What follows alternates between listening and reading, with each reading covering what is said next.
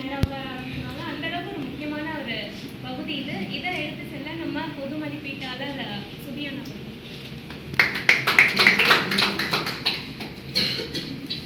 நன்றி தோழி ரேணுகா. அனைவரின் உரையும் நயப்பட அமைந்திருந்தது. படுத்த கருவிலே நமது முதல் பேச்சாளர் திரு ஜோர்ஜ் ஸ்ரீனிவாசன் அவர்களின் உரையை மதிப்பீடு செய்வதற்கு நமது தோழி 14 வருடங்களாக தமிழ் துறையில் பேச்சாளராகவும் எழுத்தாளராகவும் மின்னி வரும் நட்சத்திரம். தொலைக்காட்சி நிகழ்ச்சிகளிலும் இலக்கிய விவாதங்களிலும் தன்னை தொலைத்தவர். இவரை பற்றி அறிந்து கொள்வதற்கு வலைப்பக்கங்களுக்கு போனேன். இவரது கவிதை மலையில் நனைந்தே போனேன்.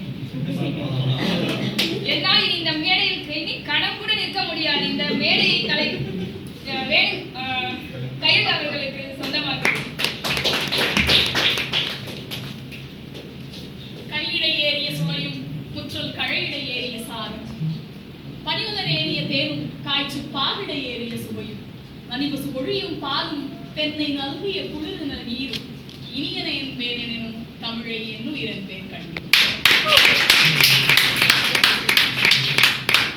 இந்த தமிழின் இனிமையை இந்த குடியரசு நாளில் சுவைக்க அதிகாலையில் கிளம்பி வந்திருக்கும் அனைத்து இனிய தமிழ் நெஞ்சங்களுக்கும் மீண்டும் ஒரு முறை வணக்கத்தை உரித்தாக்கி, அத்தகைய இனிமை தமிழில் நான் யார் என்கிற ஞான பயணத்திற்கான கேள்வியோடு இன்று ஆரம்பித்து வைத்த ஜோ ஸ்ரீனிவாசன் பேச்சாளர் அவர்களுடைய உரையை மதிப்பீடு செய்வதில் எனக்கு மிகுந்த மகிழ்ச்சி.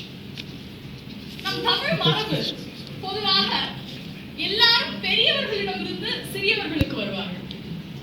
இப்பதான் கார்ப்பரேட் என்று சொல்லக்கூடிய பன்னாட்டு நிறுவனங்களிலே ரிவர்ஸ் மென்டரிங் என்று சொல்லி சிறியவர்கள் பெரியவர்களை கூட வழி நடத்தலாம் என்பதான திட்டங்கள் எல்லாம் வந்து கொண்டிருக்கிறது.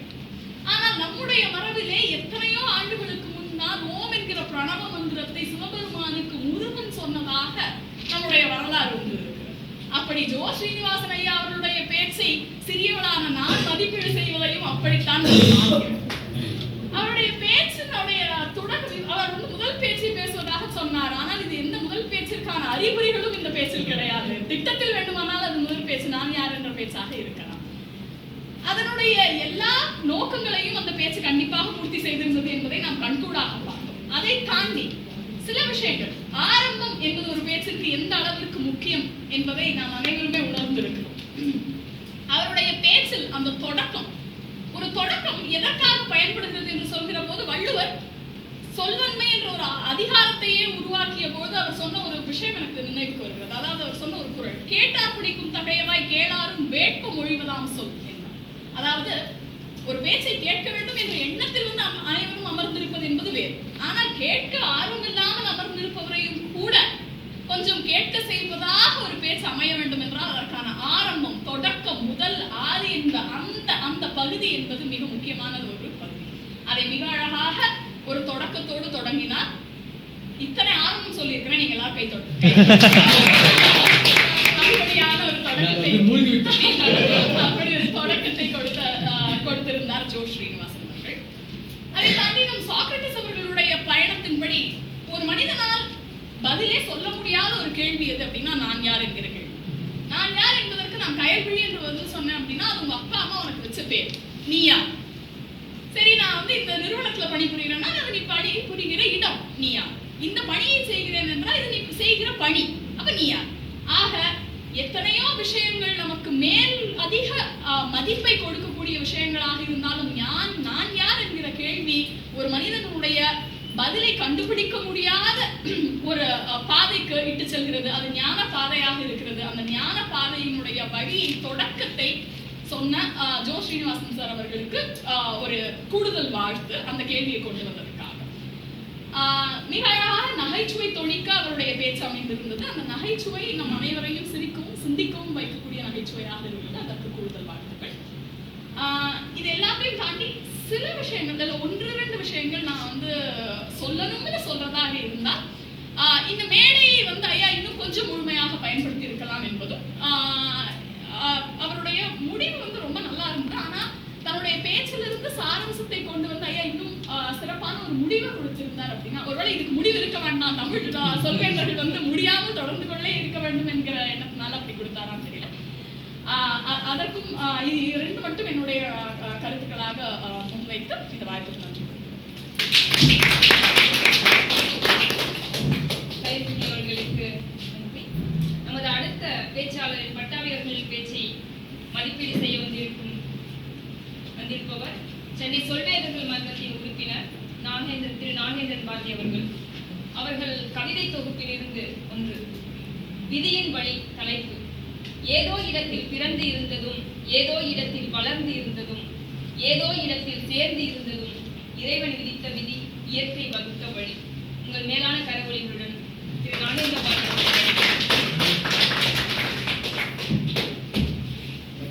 மதிப்பிற்குரிய தொகுப்பாளி அவர்களே, மதிப்பிற்குரிய பொது மதிப்பீட்டாளி அவர்களே மற்றும் சொல்வேந்தர்களே, 25 மணப்பெண்களை பார்த்து வெள்ளி விழா கொண்டாடிய சொல்வேந்தர் பட்டாபி அவர்களே, உங்கள் பேச்சிலே நான் முத்தமிழை கண்டேன். இயல், இசை, நாடகம் என்ற முத்தமிழும் அங்கே பயின்று வந்தது. முதலில் இயல். உங்களது பருவ வாழ்க்கையையும் உறவு வாழ்க்கையையும் நீங்கள் கலந்து காண்பித்த விதம் அங்கே இயற்றமிழ் விளையாடியது. நீங்கள் 3 முடிச்சை போட்டதையும் பிறகு முடிச்சை அவிழ்த்ததையும் அதை ஒரு நாசுக்காக சொன்ன விதம் அருமை. புரிந்து கொண்டவர்கள் புரிந்து கொண்டிருப்பார்கள். உங்களது காதல் வாழ்க்கையை நீங்கள் ஆரம்பித்த போது அண்ணலும் நோக்கினாள் அவளும் நோக்கினாள் என்று மிக அருமையாக கம்பராமாயணத்தில் ஆரம்பித்தீர்கள். என்னுடைய வாழ்க்கையிலும் அப்படித்தான். அண்ணனும் நோக்கினாள் அவளும் நோக்கினாள், அவள் அப்பாவும் நோக்கினாள்.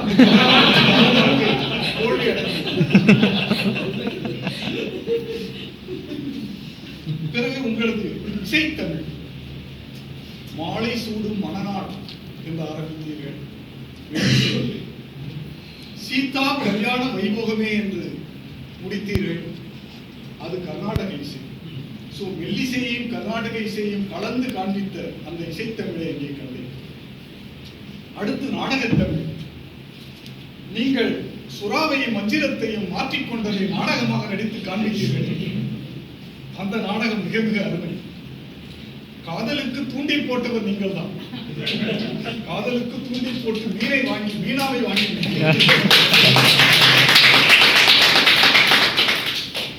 வாழ்த்துக்கள்.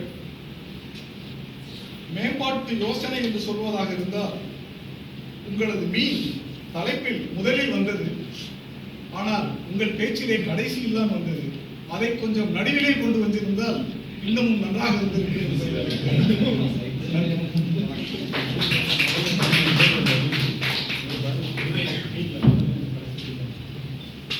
அடுத்து நமது 3வது பேச்சாளர் யுவராஜ் அவர்களின் பேச்சை மதிப்பீடு செய்ய திரு நாகேந்திரன் பாரதி அவர்கள்.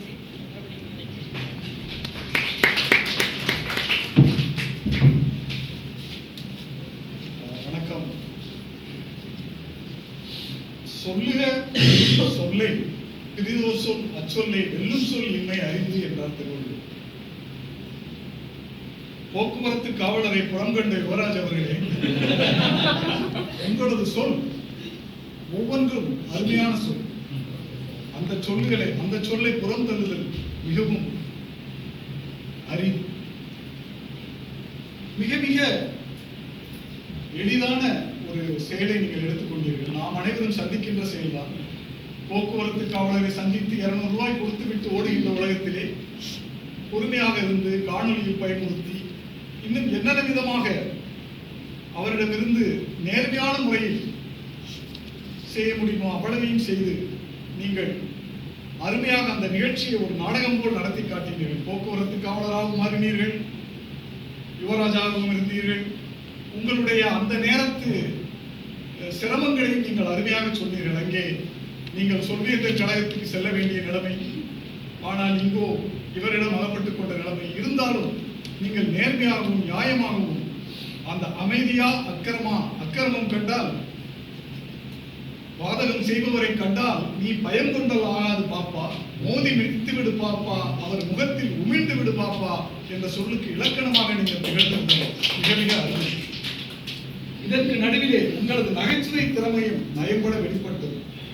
4:20 மணிக்கு என்பதை 4:20 என்ற இங்கே இணைத்து விட்டீர்களே, அந்த நகைச்சுவை மிக மிக அருமையாக இருந்தது. உங்களது பொருள் புரிந்த பேச்சு எங்கள் மனத்திலே இனிமேல் இந்த மாதிரி நேரம் வந்தால் நாம் 200 ரூபாய் கட்டிவிட்டு ஓடப் போவதில்லை. 700 ரூபாயா இருந்தாலும் நின்று நிதானமாக அவரிடம் அந்த அக்கிரமத்தை கண்டிப்போம் என்ற ஒரு நல்ல ஒரு விஷயத்தை எங்களுக்கு அருமையாக சொன்னீர்கள். மேம்பாட்டு யோசனை என்று சொல்வதாக இருந்தால், நீங்கள் அந்த முதலில் ஆரம்பித்தவுடன் அந்த தொகுப்பாளியை பார்த்து காணொலியில் பதிவு செய்து விடுவேன் என்று ஆரம்பித்தீர்கள். பிறகு அதையே அந்த போக்குவரத்து அலுவலரிடம் காண்பிப்பதையும் பின்னால் வந்தது. அது உடனே தொடர்புபடுத்த முடியவில்லை எங்களால். அதை நீங்கள் உடனே தொடர்புபடுத்தி இருந்தால் அதை இன்னமும் நன்றாக நாங்கள் ரசித்திருக்கிறோம். அதுதான் எனது சிறிய மேம்பாட்டு யோசனை. மற்றபடி பாரதியின் வார்த்தை தான் எனக்கு ஞாபகம் வருகிறது. உங்கள் பேச்சை கேட்டவுடன் எரிதலை கொண்டு வா, கதிரை வைத்து இழந்தான், அண்ணன் கையை இருத்திடுவோம் என்று அக்கிரமம் கண்டார், பொங்கி எழும் உணவை தந்ததற்கு நன்றி. அடுத்து நமது 4வது பேச்சாளர் திரு நவநீதன் அவர்கள் உரையை மதிப்பீடு செய்ய கயல்விழி அவர்களை அழைக்கிறேன். மீண்டும் ஒரு முறை அவைக்கு வணக்கம். பல கனவு கன்னியரின் கனவு நாயகனாய் இந்த கிருஷ்ணன் திகழ்வான் என்று நினைத்தால் நம்மை எல்லாம் கனவு காண செய்வதாய், ஒரு நல்ல கனவு காண செய்வதாய் ஒரு பேச்சினை அளித்த நவநீதன் அவர்களே, உங்களுடைய பேச்சினுடைய தொடக்கத்திலேயே வகை தொகை என்று மிக அழகான ஒரு பயன்பாட்டு சொல்லை பயன்படுத்தி இருந்தது என்னை மிகவும் கவர்ந்த ஒரு விஷயமாக இருக்கு. நாம் எல்லாம் தமிழை எளிமைப்படுத்தி பேசிக் கொண்டிருக்கக்கூடிய நேரத்திலே வகை தொகை போன்ற சொற்களை எல்லாம் மீண்டும் நாம் திரும்பி பார்க்க வைத்த நவநீதன் அவர்களுக்கு சிறப்பு வாழ்த்து. நற்றமிழ் சொற்கள் நாட்டியமாடின உம்முடைய பேச்சில். பிறமொழி சொற்கள் முடிந்தவரை கலக்காமல் பேசியது ஒரு கூடுதல் சிறப்பு. அதை தாண்டி பேச்சினுடைய நோக்கம், பொது நோக்கமாக நீங்கள் என்ன எடுத்துக்கொண்டீர்கள் என்று எனக்கு தெரியவில்லை. ஆனால் 4 குறிப்பிட்ட நோக்கங்களுமே ஒரு தகவல் தரும் விதமாக நீங்கள் பல விஞ்ஞானிகளுடைய, பல பெரிய மனிதர்களுடைய கனவுகள் எல்லாம் எவ்வாறு ஒரு சாதனையாக நமக்கு கிடைத்தது என்பதை சொல்லிய விதமும், அதை கனவு காணுங்கள், அந்த கனவுகளை எதுவும் தவறாக நினைத்துக் கொள்ளாதீர்கள், அதில் விதைகளை தேடுங்கள் என்று வலியுறுத்திய விதமும், அந்த முதலில் சொன்ன கனவு கதை பல தமிழ் சினிமாக்கள், அதாவது தமிழ் திரைப்படங்களை போல ஒரு கொஞ்சம் பொழுதுபோக்கும் விதமாகவும் எழுச்சியூட்டி நம்ம எல்லாம் டாக்டர் அப்துல் கலாம் ஐயா அவர்களுடைய வழியிலே கனவு காணுங்கள், கனவு காணுங்கள், கனவுகள் எண்ணங்களாக மாறும், எண்ணங்கள் செயல்களாக உருவரும், அந்த செயல்கள் தான் நாளை உங்களுடைய பழக்கங்களாக வழக்கங்களாக மாறும் என்கிற அவர்களுடைய அந்த கோட்பாட்டை வைத்து நீங்கள் எங்களுக்கெல்லாம் எழுச்சியூட்டி இருக்கிறீர்கள். ஆக 4 ஒரு பேச்சுக்கான என்ன 4 பொது நோக்கங்கள் இருக்க முடியுமோ அந்த 4 பொது நோக்கங்களையுமே உங்களுடைய பேச்சு நிறைவேற்றியதாகத்தான் நான் தனிப்பட்ட முறையிலே கருதுகிறேன். அதை தாண்டி இந்த பேச்சில் இருந்த நம்பிக்கையும் பிறருக்கு செய்தியை கொண்டு சேர்க்க வேண்டும் என்கிற ஆர்வமும் மிகுந்திருந்ததாக இந்த பேச்சை நான் பார்க்கிறேன். ஒரு முதல், ஒரு பொருள், ஒரு முடிவு என்கிற அந்த வடிவமைப்பினுடைய அந்த வடிவமைப்பு பேச்சை நீங்கள் வடிவமைத்திருந்த அந்த விதம் மிகவும் அழகானதாக இருக்கு. சில ஒரு சிறிய விஷயம் மட்டும் நீங்கள் மாற்றிக்கொண்டால் இன்னும் உங்களுடைய பேச்சு நயம்பட இருக்கும், மெருகேற்றப்பட்டதாக இருக்கும் என்று ஒரு விஷயம் நான் உங்களுக்கு சொல்ல வேண்டும் என்றால், உங்கள் உடல் மொழியை பயன்படுத்திய விதத்தில் இன்னும் சிறிது நீங்கள் அதிக கவனம் எடுத்திருந்திருக்கலாம் என்பதும், உங்கள் பேச்சினுடைய அழுத்தம் திருத்தம் மிக நன்றாக இருக்குது. ஏற்ற இறக்கத்தை இன்னும் உங்களுக்கு நன்றாக இருக்கக்கூடிய குரல் வளத்தை இன்னும் பயன்படுத்தி ஏற்ற இறக்கங்களோடு உங்களுடைய பேச்சை அமைத்திருந்தால் இன்னும் நன்றாக இருந்திருக்கும் என்னுடைய தாழ்வான சொல்லியர் உழவர் என்று வள்ளுவனுடைய வாக்கை எடுத்து பார்த்தால், நாம் நயம்பட பேசுதல் என்றும் பல ஆப்ஜெக்டிவ்ஸ் என்று நோக்கங்கள் கொடுத்தும் பக்கம் பக்கமாக சொல்கிற விஷயத்தை எல்லாம் ஒரே ஒரு வார்த்தையிலே வள்ளுவர் மிக அழகாக சொல்லியிருக்கிறார்.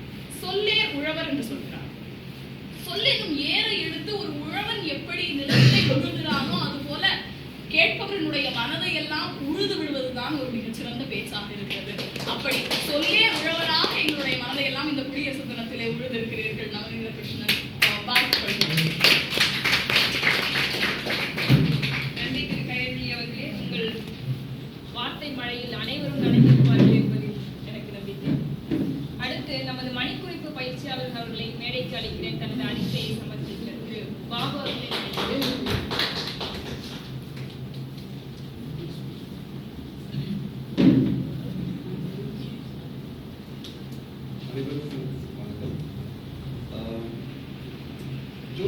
ஸ்ரீனிவாசன் 6 நிமிடம் 10 வினாடிகள். பட்டாபி 7 நிமிடம் 10 வினாடிகள். யுவராஜ் 7 நிமிடம். நவநீதன் 6 நிமிடம் 22 வினாடிகள். திட்டமிடா பேச்சு மில்டன் 2 நிமிடம் 29 வினாடிகள். ராதிகா 2 நிமிடம் 10 வினாடிகள். ராம்பிரசாத் 1 நிமிடம் 45 வினாடிகள். தீனா ஜான் 1 நிமிடம். சக்தி பிரசன்னா 1 நிமிடம் 13 வினாடிகள். சுகந்தி 1 நிமிடம் 9 வினாடிகள். கிரி 2 நிமிடம் 7 நிமிடங்கள். திருமதி சீதா 7 வினாடிகள். 1 நிமிடம் 34 வினாடிகள். சத்யா 1 நிமிடம் 29 வினாடிகள். சுபியானா 1 நிமிடம் 11 வினாடிகள். மதிப்பீட்டாளர் கனிமொழி 3 நிமிடம் 52 வினாடிகள். நாகேந்திர பாரதி 2 நிமிடம் 8 வினாடிகள். அடுத்து நாகேந்திர பாரதி 2 நிமிடம் 37 வினாடிகள். கனிமொழி 2 நிமிடம் 57 வினாடிகள். தேங்க்யூ. அடுத்து நமது உச்சரிப்பு குறிப்பு பயிற்சியாளர் திரு கந்தன் அவர்களை நினைக்கிறேன்.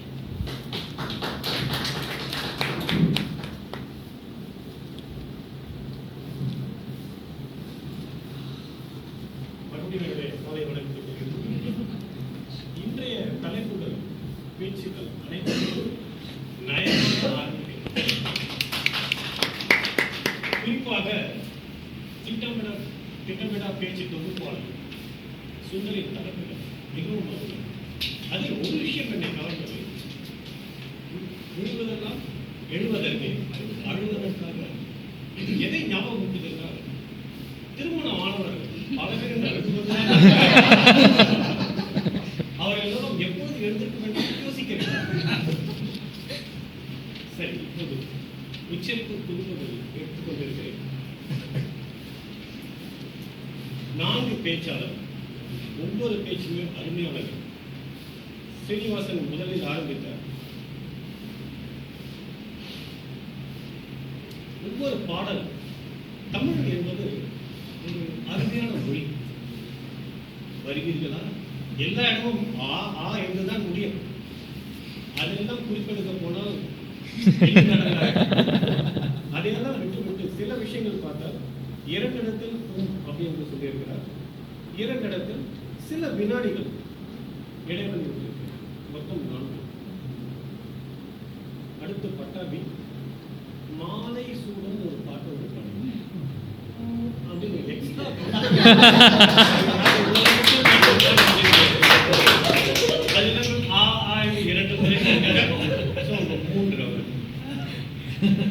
இவருக்கு ரொம்ப அழகா பேசுறாரு. ஆனா பேசுற எல்லா இடத்துலயும் நிறைய இடத்துல யோசிச்சுட்டே வந்ததுனால அவருக்கு சொன்ன விதமே தெரியல. 8 இடங்களில் வந்திருக்கு. நவநீத கிருஷ்ணன் பேச்சு ரொம்ப அருமையாக இருந்தது. வெறும் 2 இடங்களில்.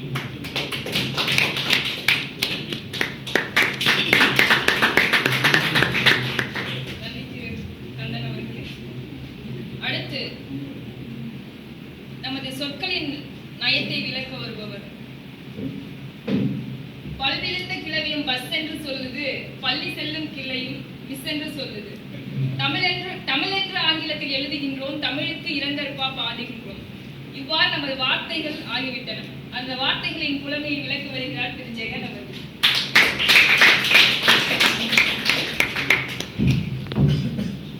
கம்பராமாயணத்திலே கம்பன் மிக அழகாக ஒரு வரி கூறுவார். அது என்ன வரி என்றால், கயல் என்னை விட அழகாக கூறுவார், நாகேந்திர பாரதி அதை விட அழகாக. கம்பராமாயணத்தை நான் படிக்காத காரணத்தினாலே அந்த வரியை கூற இயலும். தீபாவளி, பொங்கல் இது போன்ற நாட்களில் எல்லாம் பட்டிமன்றம் நடத்துவது. அதில் பேச்சாளர்கள், கைலை போன்ற பேச்சாளர்கள் மிக அழகாக இது போன்ற ஏதாவது ஒன்றை கூறி ஒரு பேச்சை தொடங்குவதெல்லாம் எனக்கு ஒரு ஆர்வம் தோன்றும். நாம் இது போன்ற ஏதேனும் ஒரு 30 மணித்துளிகள் ஒரு பெரிய செய்யுளை கூறிவிட்டு அனைவரது கரகோஷத்துடன் தொடங்க வேண்டும் என்று அதன் ஒரு சிறு முயற்சியாக தான் சொல் வேந்தர்கள் அந்த பெயருக்கு மிக மிக பொருத்தமாக நாம் அனைவருமே இன்று பேசியிருப்பது மிக மிக மகிழ்ச்சியை தருகிறது. சொல்வேந்தர்கள் என்று கூறுவது மிகையே அல்ல என்றுதான் எனக்கு தோன்றுகிறது இந்த முடிவிலே. ஏனென்றால் அப்படி ஒரு சொல் வன்மை, நயம், சுவை அனைத்தும் இருந்தது. நாம் அனைவரும் என்று பேசியது. பேசிய அனைவரது மிக அழகாக உச்சரிப்பு, சொல்லாடல் இவற்றை எல்லாம் கூற வேண்டும் என்றால் மிகவும் நயம்பட பேச இயலும். ஆனால் அதை பேசி முடிக்கும் பொழுது என்னை நயப்படுத்தி விடுகிறது. அவ்வளவு நேரம் எடுக்கும். அதனால் நான் எனக்கு கிடைத்த நேரத்திலே இந்த பேச்சுக்கள் இவ்வளவு அழகாக இருப்பினும் அவற்றிலிருந்து நமது கவனத்தை எடுத்து அதை குறிப்பெடுத்துக் கொள்ளும் மிக கடினமான வேலையாக இருந்ததுனாலே பலவற்றை நான் தவறவிட்டிருப்பேன். அதற்காக மன்னிக்கும். எனது கவனிப்பிலே நான் பெற்ற சில இன்பமான சொற்கள், சொல்லாடல்களை தொடக்கத்திலே திரு சொல்கின்ற சுந்தர் அவர்கள் மிக அழகாக கூட்டத்தின் நெறியை செயல்படுத்தினார். அவரது மிக அழகான பேச்சின் மூலம் எனக்கு பிடித்த சிலவற்றுக்கு உரையாடல், உரை ஆற்றுதல் இவற்றுக்கான வித்தியாசம் மிக அழகாக கூறப்பட்டது. எவ்வாறெல்லாம் கூறக்கூடாது, மாறுபடக்கூடாது, கூறியது கூறல், குன்றக்கூறல், மயங்கக்கூறல்.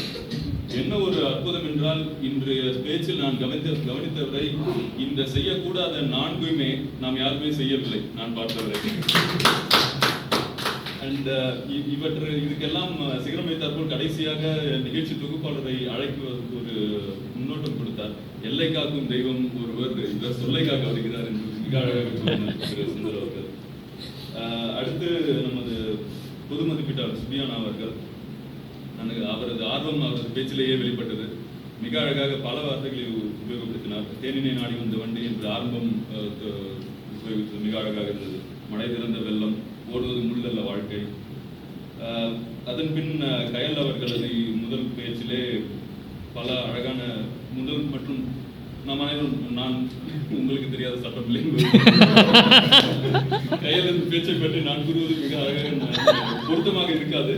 ஆயினும் அவரது பேச்சிலே எனக்கு பிடித்தவற்றை நான் சிறிது வாசித்திருந்தேன். பொது நோக்கம், குறிப்பிட்ட நோக்கம் என்று மிக அழகாக ஒரு பொருள் பெற கூறினார். General purpose and specific purpose என்று யூஸ் பண்ணுவதற்கு நற்றமிழ், உடல் மொழி, டோஸ்ட் மாஸ்டர்ஸில் நாம் மிகவும் பயன்படுத்தக்கூடிய பல வார்த்தைகளுக்கு அழகான தமிழ் படுத்தல் என்று நான் அறிந்து கொண்டேன். சொல்லேர் உழவர் மிகவும் அழகாக பயன்படுத்தினார். அதன் பின் நமது பேச்சாளர் ஜோ அவர்கள் சுய தேடல், இன்ட்ராஸ்பெக்ஷன் அழகாக பயன்படுத்தினார். உள்ள கண்ணாடியை உற்று நோக்க, எதுகை முனைகள் எல்லாம் வகை தொகை எல்லாம் கிருமி நாசினி, ஆன்டிசெப்டிக், பண்புக்கலை பயிற்சியாளர் என்று ரேணுகா தேவி மிக அழகாக முன்னோட்டம் கொடுத்தார் திரு பேட் அவர்களுக்கு. பேட் அவர்களது, பட்டாபி அவர்களது பேச்சிலே பல இவரும் வகை தொகை இல்லாமல் பல அழகான பற்றை பயன்படுத்தினார். சொல்லவண்ணா வேதனை, சாரல் மழை, அவரது பேச்சிலே அனைவரும் நனைந்தே போனோம். அடுத்து அவரது நமது பேச்சாளர் யுவராஜ் அவர்கள் சிக்னல் என்ற மிக மிக இயல்பாக நாம் பயன்படுத்தக்கூடிய ஒரு ஆங்கில சொல்லுக்கு சமிக்ஞை என்ற ஒரு தமிழ் படுத்துதலை அழகாக நமக்கு நினைவூட்டினார். மற்றும் லா அண்ட் ஆர்டர் போலீஸ், சட்டம் ஒழுங்கு, அதையும் அழகாக நினைவூட்டினார். அடுத்து இவருக்கு ஒரு புனை பெயரை வைக்கலாம் என்று எனக்கு தோன்றியது, தீவட்டி நவனிதன் என்று. ஏனென்றால் எனக்கு எப்படி வகை தொகை செயலாளர்கள்